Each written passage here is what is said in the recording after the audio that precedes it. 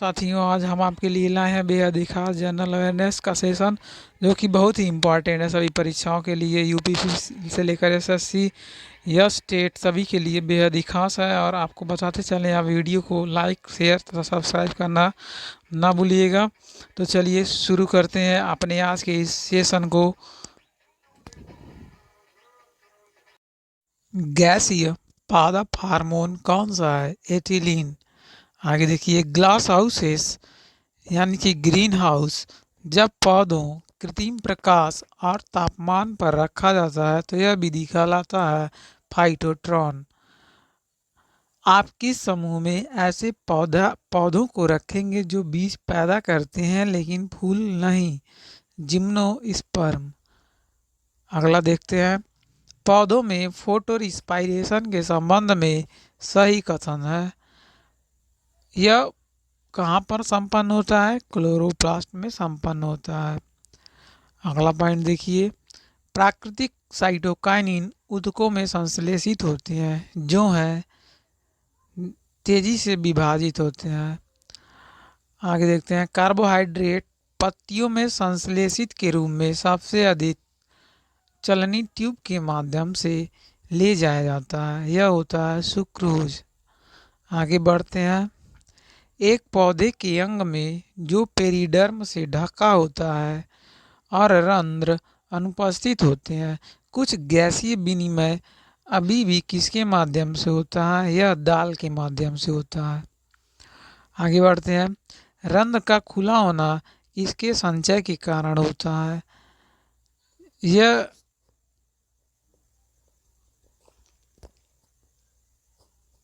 रंध्र का खुला होना, रंध्र तब खुलते हैं जब इनमें शिथिलन का अवस्था आ जाती है। यह कार्बन डाइऑक्साइड के कंसंट्रेशन पर निर्भर करता है। जब अम्ल की मात्रा बढ़ती है अथवा घटती है, उसके अनुसार रंध्र खुलते हैं या बनते हैं। आगे बढ़ते हैं, हरे पौधे में मैग्नीज के सर्वप्रथम हरे पौधों में मैग्नीज के सर्वश्रेष्ठ परिभाषित समारोह है जल का प्रकाश अपघटन, जो मुरझाई हुई अवस्था में मेसोफिल मीजोफिल कोशिकाओं के जल विभव को दर्शाता है। उसको हम बोलते हैं ऑस्मोटिक विभव के मान के बराबर होता है। जब मटर के दाने और गेहूं के दानों को पानी में भिगोया जाता है तो मटर के दानों में गेहूं की अपेक्षा अधिक सूजन दिखाई देती है। यह किस कारण से है? प्रोटीन की इम्बिटिनस क्षमता स्टार की तुलना में अधिक है। प्रोटीन की क्षमता स्टार की इमिटिनस क्षमता से अधिक होता है। खनिज प्रकाश संश्लेषण के दौरान पानी बंटवारे अभिक्रिया में शामिल है मैंगनीज और फ्लोरीन। आगे का पॉइंट देखिए, कौन से खनिज श्वसन में शामिल एंजाइमों को सक्रिय करते हैं? यह है मैग्नीशियम और मैंगनीज। आगे बढ़ते हैं, वातावरण में आर्द्रता की दर घटती है वाष्पोत्सर्जन के माध्यम के द्वारा। एक पोषण जंगली प्रकार जीव है जो किसी भी अतिरिक्त विकास के पूरक की आवश्यकता नहीं है के रूप में जाना जाता है फोटोट्रॉफ। हाइड्रोथोट को भी कहा जाता है जलरंध्र। आगे घुटन का परिणाम होता है रूट प्रेशर। अगला वाला पॉइंट, पानी एक सेल में दर्ज करता है दबाव से सूजन मूल तत्व द्वारा लगाए जाते हैं तुरगर दबाव। आगे गन्ना संयंत्र गूंगा घंटी के आकार की रक्षक कोशिकाएं। सेल की तीक्ष्णता में वृद्धि के साथ दीवार का दबाव में वृद्धि होगा। आगे आगे देखिए, पौधे के माध्यम से पानी की आवाजाही के लिए सबसे स्वीकृत सिद्धांत क्या है? सामंजस्य सिद्धांत। आगे बढ़ते हैं, जड़ों के बालों द्वारा पानी अवशोषित किया जाएगा जब कोशिका रस में बिरेर की सांद्रता अधिक होती है। अगला पॉइंट देखिए, खुलने और रंध्र के समापन की वजह से गाढ़ कोशिकाओं के तुरगर दबाव में परिवर्तन होता है। खनिज लवणता जो मिट्टी से जड़ों द्वारा अवशोषित कर रहे हैं के रूप में करते हैं बहुत पतला घोल के रूप में। लिटिल पत्ती की कमी के कारण होता है। किसके कारण कमी? जिंक। आगे देखिए, नाइट्रोजन स्थिरीकरण करने वाले जीवाणुओं की खोज किसके द्वारा की गई है? विनोग्रेस के द्वारा। अधिकांश पौधों के रूप में विनोग्रेड्स की अधिकांश पौधों के द्वारा मिट्टी की अधिकांश पौधे के रूप में मिट्टी की उनके नाइट्रोजन प्राप्त होते हैं, इसे नाइट्रेट से। आगे, फलियों की जड़ पिंडों में लेग हीमोग्लोबिन महत्वपूर्ण है क्योंकि यह ऑक्सीजन बेहतर के रूप में कार्य करता है। आगे देखिए, गैर कलियां नाइट्रोजन स्थिरीकरण जीव जीनस से संबंधित है। फ्रैंकेन। यदि विकिरण द्वारा सभी नाइट्रोजनीज एंजाइम निष्क्रिय हो जाते हैं तो कोई नहीं होगा फलियों में नाइट्रोजन का स्थिरीकरण। आगे देखिए, एक जड़ रहित जलीय पौधा एक जड़ रहित जलीय पौधा जिसमें पत्ती का एक भाग कीटों को फैलाने के लिए एक छोटी थैली बनाता है, वह है यूट्रिकुलेरिया। कीटों को फंसाने के लिए यूट्रिकुलेरिया एक थैली बनाता है। 2 कार्बन और 3 कार्बन मध्यवर्ती के बीच का अनुपात NH2 समूह संश्लेषक ऑक्सीकरण चक्र में गठन किया गया है 2:1। मृदा में पौधों के लिए उपलब्ध जल है कोशिका जल। आगे बढ़ते हैं, जल निकासी के बाद मिट्टी द्वारा आयोजित पानी की मात्रा के रूप में जाना जाता है फील्ड क्षमता के रूप में।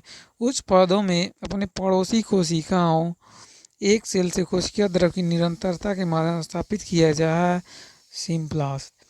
स्थिति सूखा कर रहे हैं, एक घास पत्ती कल आवक की उपस्थिति के कारण पानी की कमी को कम करने के बुलीफॉर्म कोशिकाएं। ध्रुवीय सतहों को पानी के अणुओं के आकर्षण के रूप में जाना जाता है आसंजन। पौधे के अत्यधिक मुरझाने का परिणाम है वाष्पोत्सर्जन।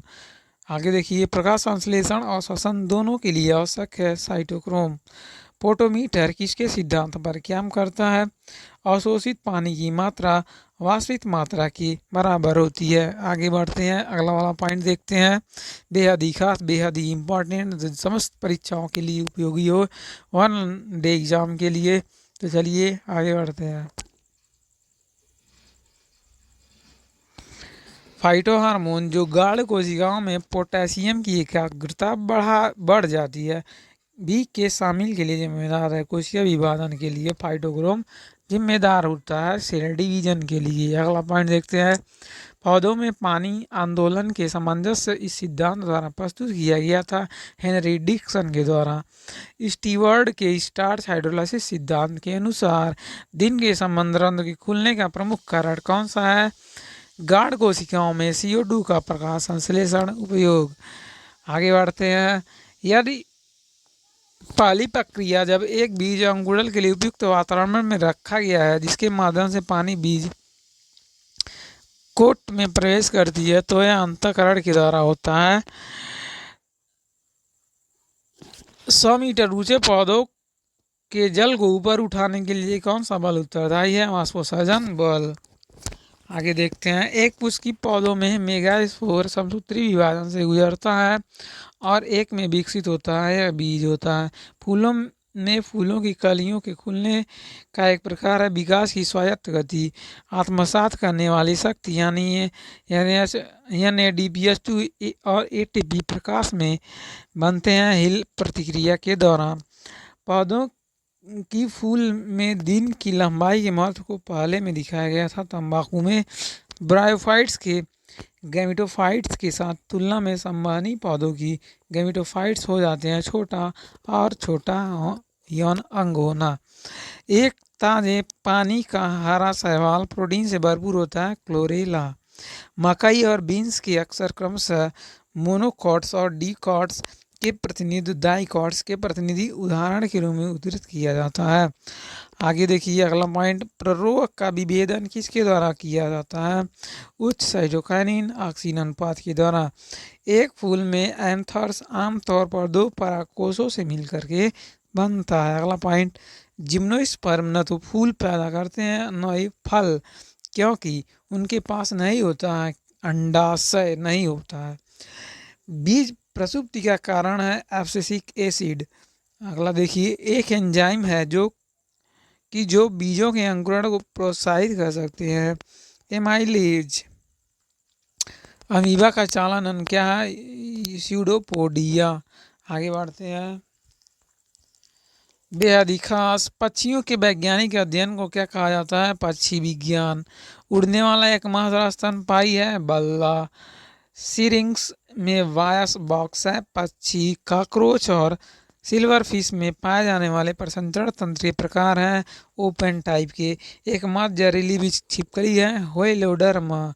भूकंपीय तरंगों को मापा जाता है किसके माध्यम से, सिस्मोग्राफ के। अमीबा में चालन अंग है स्यूडोपोडिया। जीन शब्द किसके द्वारा गढ़ा गया था, W.L. जोहानसन के द्वारा।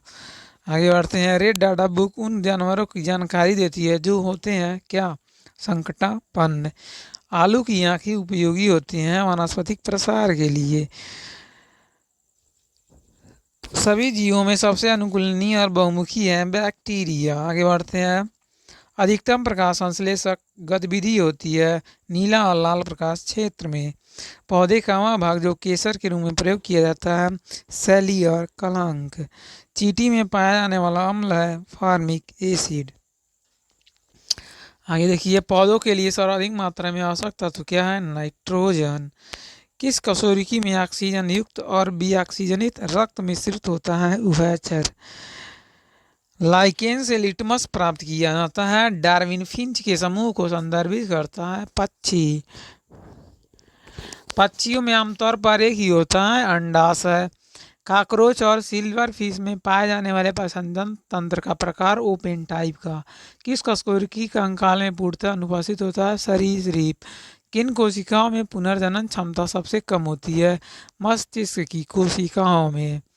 स्तनधारी भ्रूण के उत्सर्जी उत्पादों को किसके माध्यम से समाप्त किया जाता है, प्लेसेंटा के माध्यम से।